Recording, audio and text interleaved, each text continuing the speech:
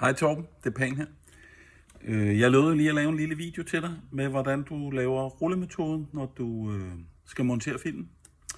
Så jeg har taget et lille stykke film her og har et vindue her, og så vil jeg prøve at vise dig det og prøve at forklare lidt samtidig. Jamen, du tager jo og hænger filmen op, enten på en skilteplade eller på den rode, du skal montere, eller på en rode et andet sted. Så kan du hænge filmen op, og hænge den op omvendt, som vi jo plejer at gøre, kan man sige. Så sprøjter jeg lige lidt vand på, for lige at tage det statiske. Så løsner jeg lineren. Kører den cirka halvt ned. Sprøjter vand på linen, og på den indvendige side af lineren.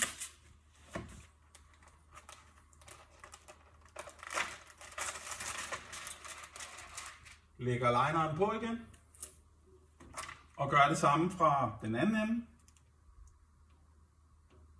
sådan så vi får vottet hele filmen. Ja, nu sidder den selvfølgelig fast her.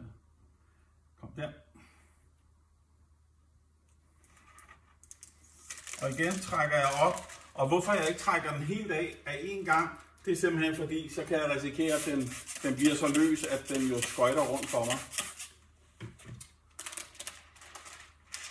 Når du så har lagt lineren på igen, og den ligger pænt, så tager du og ruller for den modsatte ende af der, hvor du egentlig skal starte.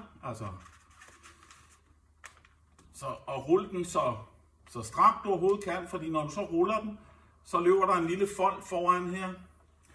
Og det er jo fordi man ruller strammere, end den jo egentlig er beregnet til.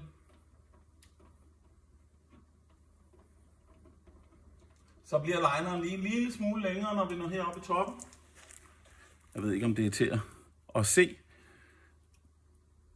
Men så lineren her, den tager vi og lægger.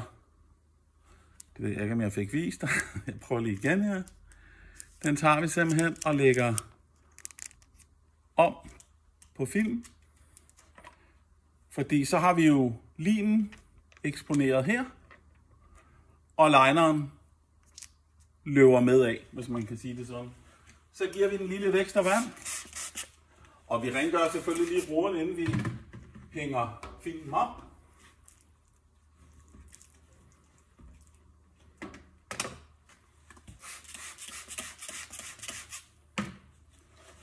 Så sætter vi filmen op og ruller den af. Og det der så jo er sket, det er, at lineren den er kommet om på den side her. Og det vil sige, at vi har ikke fået eksponeret vores klister, altså for støv og snavs. Og vi risikerer ikke at få en masse folder i, fordi vi skal stå og vende et stort stykke. Og så tager vi jo simpelthen bare og skraber filmen på, ligesom vi ville have gjort med alt muligt andet.